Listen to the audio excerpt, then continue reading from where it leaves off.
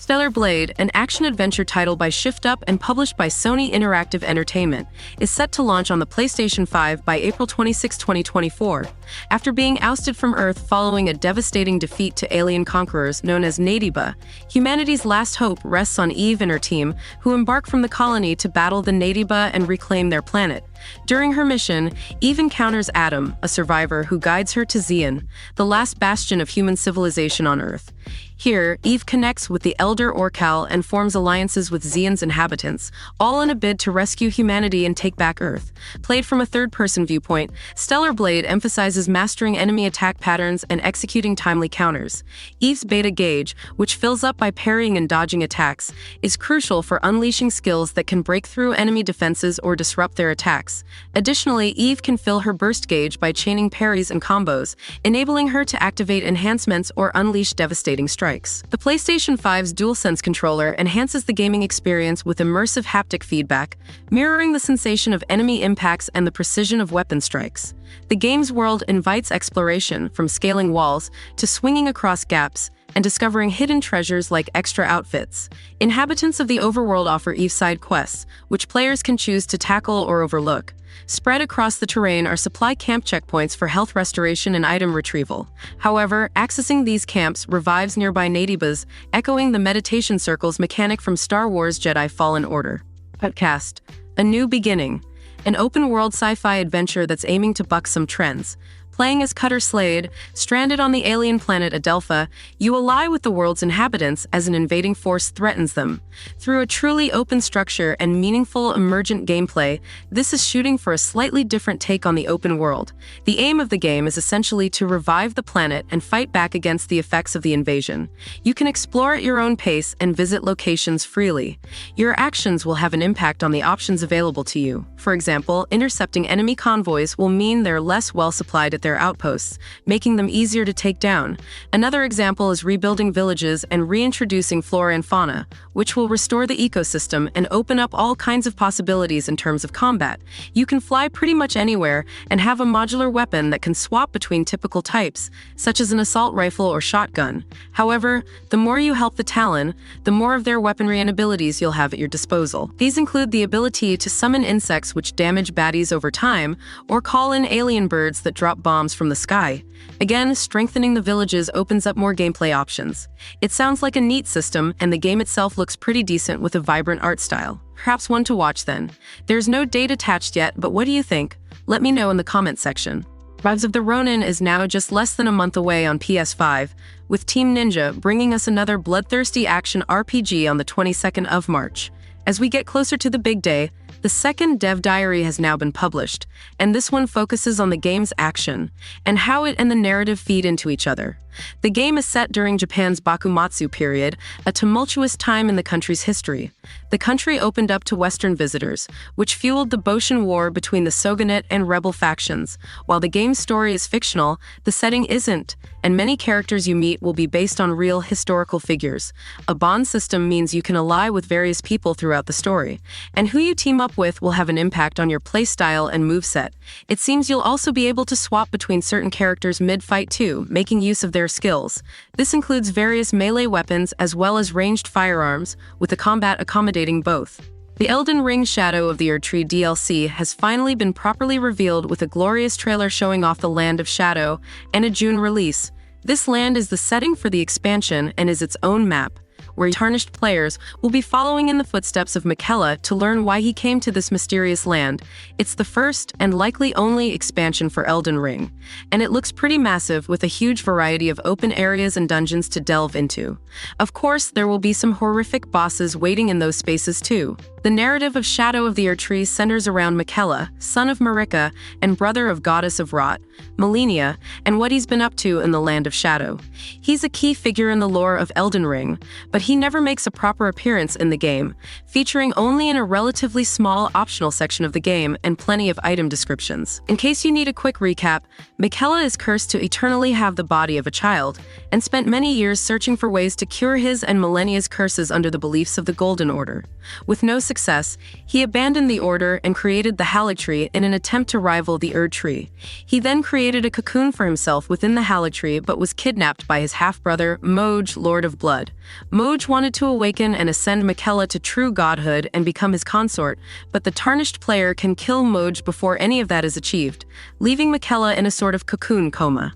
Surprising no one, Shadow of the Erdtree is going to be tough, just like the rest of Elden Ring. Although not as brutal as some of From Software's previous DLC work for the Dark Souls series and Bloodborne, the massive build variety available in Elden Ring means there should be plenty of ways to beat each combat encounter and boss you face, and you'll have even more options in Shadow of the Erdtree.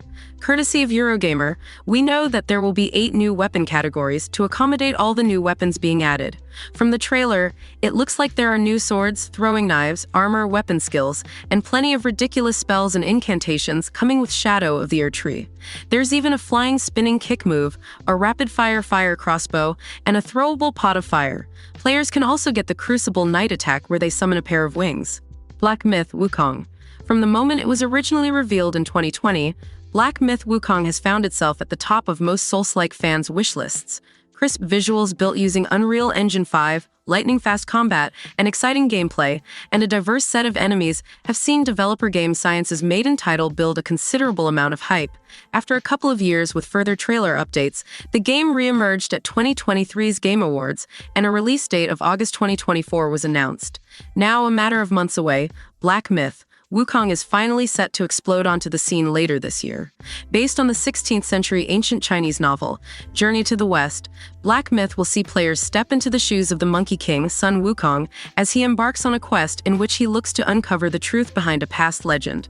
Sun Wukong will have a range of abilities at his disposal to help him emerge victorious, and based on some of the formidable foes he will be up against, he will likely need to utilize all of them liberally. Fans of the genre can expect to be pushed to their limits by the game's punishing, diverse combat. We didn't think any Dragon Ball game would come close to looking as good as Dragon Ball FighterZ until the inevitable sequel. Sparking Zero has proven us wrong. This upcoming brawler may just be the most gorgeous Dragon Ball title of them all. At least going by this new trailer, indeed, this is our best look yet at the successor to the Budokai Tenkaichi series. The video spotlights Goku and Vegeta as they cycle through their increasingly powerful Super Saiyan forms. It's a serious visual spectacle. Everything from the character models and animations to the hit effects and environmental detail is eye-popping. At this point, it's worth noting that the game is coming to current-gen platforms only, including PS5. It isn't being held back by the PS4, and that's probably why it's such a looker.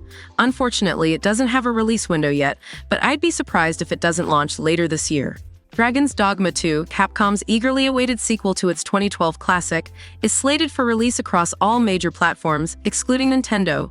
On March 22, 2024, this action role-playing gem, experienced from a third-person viewpoint, immerses you in an enthralling fantasy universe awaiting exploration. In this installment, you assume the mantle of the Arisen, a hero marked by a dragon whom you are destined to defeat. Your journey unfolds in a vast world filled with quests to accomplish and formidable monsters to battle, all against the rich tapestry of a geopolitical struggle between warring kingdoms. A unique feature of Dragon's Dogma 2 is the inclusion of pawns, eye-controlled allies that act as extensions of your will, engaging in combat, offering enemy insights, and guiding you through quests. You have the liberty to create and customize your Arisen and a personal pawn, choosing from a variety of genders, appearances, and races. Moreover, the game allows for the recruitment of 2 additional pawns designed by other players, introducing a strategic and cooperative element to your gameplay. The anticipation surrounding the remake of Alone in the Dark is palpable, especially with the revelation that it's adopting a Resident Evil-like approach.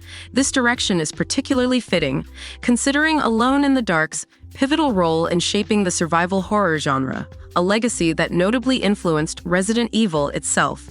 The decision to fully remake the 1992 classic suggests a dedication to both preserving and rejuvenating its unique atmosphere and gameplay mechanics, a move that has even received nods from the original creator, Frederic Reynal. His endorsement that the remake retains the core feeling of the original game adds a layer of authenticity and promise to the project. The original, Alone in the Dark, stood out for its pioneering use of 3D graphics and environmental storytelling, elements that laid the groundwork for future titles in the survival horror genre. By revisiting this foundational game with modern technology and design sensibilities, the remake has the potential to not only introduce its innovations to a new generation, but also to reignite interest in a franchise that has seen its share of ups and downs. Test Drive Unlimited Solar Crown looks promising, but it comes with a downside that may turn away interested players, and that's an always online requirement. Solar Crown is an upcoming racing game with a focus on its multiplayer sandbox. Slated for a 2024 release, the game leans into its branding not only as a racer but as a lifestyle experience, allowing players to explore the lush nature of Hong Kong Island, complete with off-road driving at 1-to-1 scale to the real-world location. The game focuses on a shadowy organization named Radiant, known for enjoying prestige, cars, and competition, sponsoring a racing competition called the Solar Crown. It seems like the vision for the game is to offer an expansive campaign that spans the island, utilizing the open-world format to its benefit to highlight the speed and variety of cars at the player's disposal. The game also features a multiplayer component, and Solar Crown's Explorer trailer delivers the notion that a race could start at any minute because there could be anyone driving around the next road, patch of dirt, or line of trees. Though the idea is ambitious, games like Death Stranding have accomplished similar feats in different genres, suggesting it could work. Terminator Survivors. Revealed during the February 29, 2024 at Naken Connect conference. The game had previously been announced by Naken back in 2022 with a brief, menacing cinematic trailer of a Terminator looking for someone in an abandoned building, but it was simply called Terminator Survival Project, and not a lot of information was provided. Alongside revealing the game's title, Naken's new trailer and Creating the World feature revealed that Terminator Survivors is a first-person survival shooter game with solo and co-op multiplayer modes as players face both human and mechanical threats across the open-world map. Terminator Survivors' storyline expands on the original story with a completely original storyline that includes both famous characters and new ones set in an unexplored era of Terminator lore. The game is set in 2009, a few years after Judgment Day and before John Connor founded the Resistance. In fact, the game's protagonists are unaware of the existence of the Terminators at first and only learn through teaming up with other survivors on their journey. Marvelous. On my signal. Now.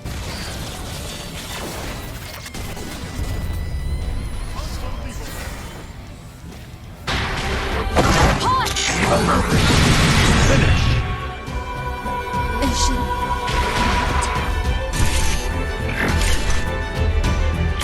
Operator 60 to 2B. It is time for your regularly scheduled contact.